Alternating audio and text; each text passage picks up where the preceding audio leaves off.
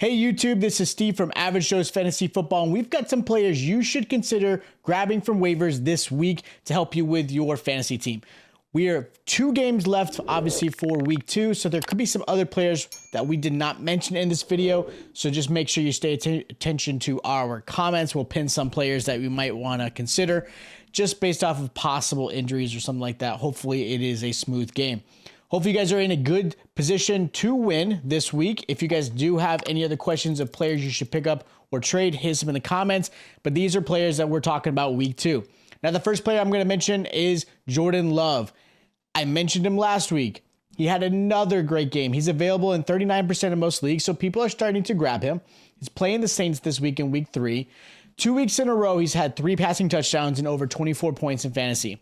This is still without Christian Watson, and he had no Aaron Jones this past weekend. So that's a big one. So at this point, Love is showing that he's been a pretty consistent quarterback in fantasy. I get it's 2 weeks. Things can change.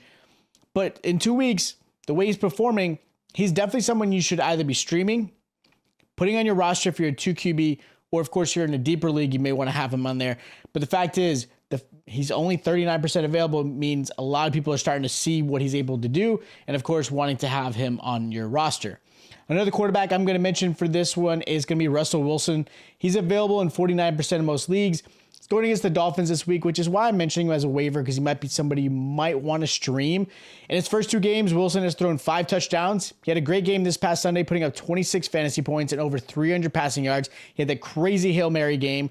Realistically should have been a win at the end, and we're not going to ruffle some feathers there. But Judy was back, which definitely helped the passing game. Sutton was okay. The run game is pretty much non-existent, so a lot of this is really being put on Russell Wilson. But I really like this matchup. And again, playing the Dolphins this week, he may be somebody you're streaming because the fact is they got to keep up with that Dolphins offense. So Russell Wilson's definitely somebody I'm considering. Now, let's talk running backs. Kyren Williams. I mentioned him before. He's available in 38% of most leagues. He's going against the Bengals this week. And realistically, the surprising healthy scratch of Cam Akers is the biggest reason why Kyren Williams should be just absolutely grabbed. He took advantage of being the RB1 on this team. He had 29 fantasy points. He had a rush touchdown, receiving touchdown. He saw 10 targets in the air. He's definitely going to be a strong running back going forward. He can be a nice RB2, absolute flex on your team. Just because of what's going to happen in this offense. It's Kyren Williams. He is the back, especially since the fact that right now the rumor is Cam Akers being put on the trade block. So this is really Kyren Williams' time to shine. I like this one. Again, 38%. I'm kind of shocked that he's that high.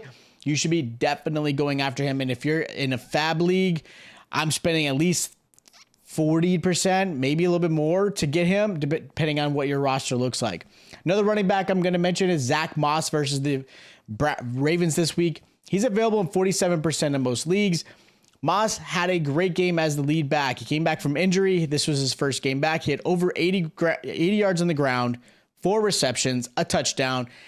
And realistically, he's the lead back for the next 2 weeks, depending what's going to happen with, I guess, Jonathan Taylor at this point with the whole, he's on, PUP list. He's gone for at least 2 more weeks. They haven't traded him. Trade talks have stalled.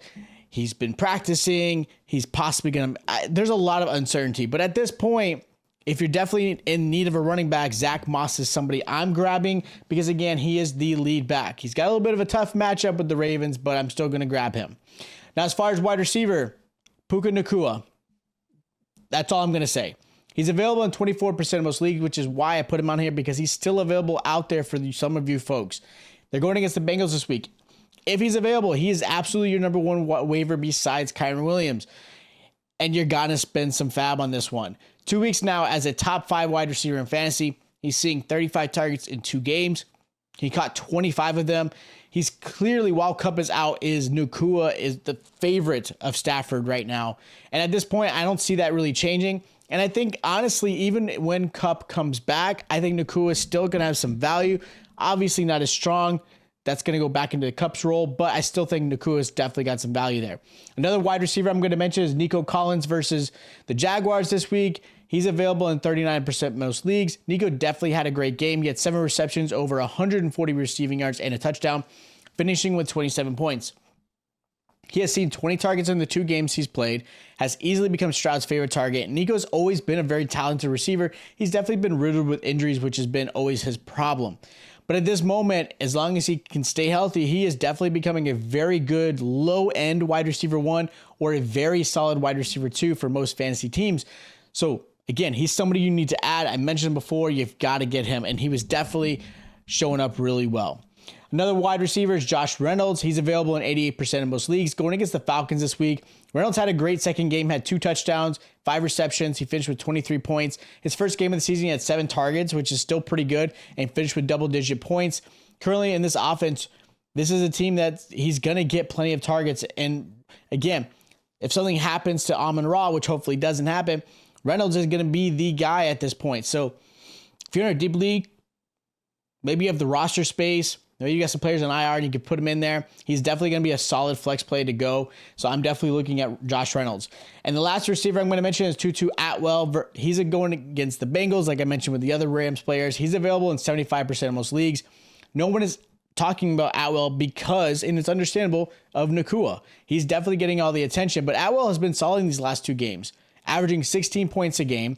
He's seen 17 targets in those 2 games. And at this point, he's a very good flex player. Now, the only consideration you've got to think about when you're adding Tutu is the fact that when Kupp does come back, I think his value absolutely drops. It's going to go to Cooper Kupp. It's going to go to Nacua, Tyler Higbee, like Kyren Williams. Like, that's the only unfortunate part with Atwell. So if you're in a deeper league, Atwell should be rostered. If you're looking to stream a player, maybe, and you can't get Nacua, but you still want a nice receiver, I think Atwell's a nice little grab. Now, the only other tight end I'm going to mention, the only tight end I'm going to mention this week is Zach Ertz. Tight ends is, again, such a hard position to really talk about just because they're so inconsistent.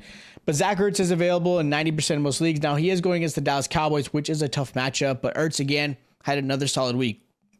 He finished with 8 targets. He had 11 fantasy points. First game, he had 10 targets. He's being targeted very heavily in these 2 games so far from Josh Dobbs, and which has made him a top 10 tight end, which is kind of surprising if you consider where the tight end ranking is.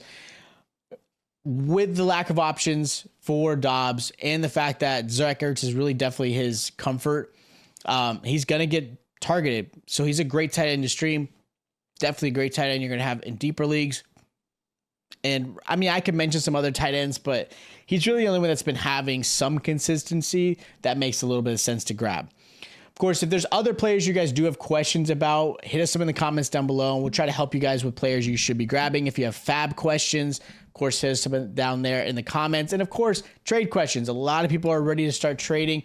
I'm giving another week. I want to see kind of how some players are going, and then we'll start talking some buy lows and buy sell highs, because there are definitely going to be players you're going to be trying to move around to get your team the right way. If you guys did enjoy the content, make sure you guys are subscribed to the channel. Make sure you guys hit the notification bell. That way you get notified when we drop videos like this. And of course, our start and sit videos to help you guys with the rest of the season. Of course, there's also Dynasty content. Make sure you guys check that out. If you guys enjoy the content, make sure you hit the like button. We greatly appreciate it. Share this with a league mate, friend, whoever is in fantasy to help them out as well. Again, don't forget to subscribe, like, and I'll check you guys out next time.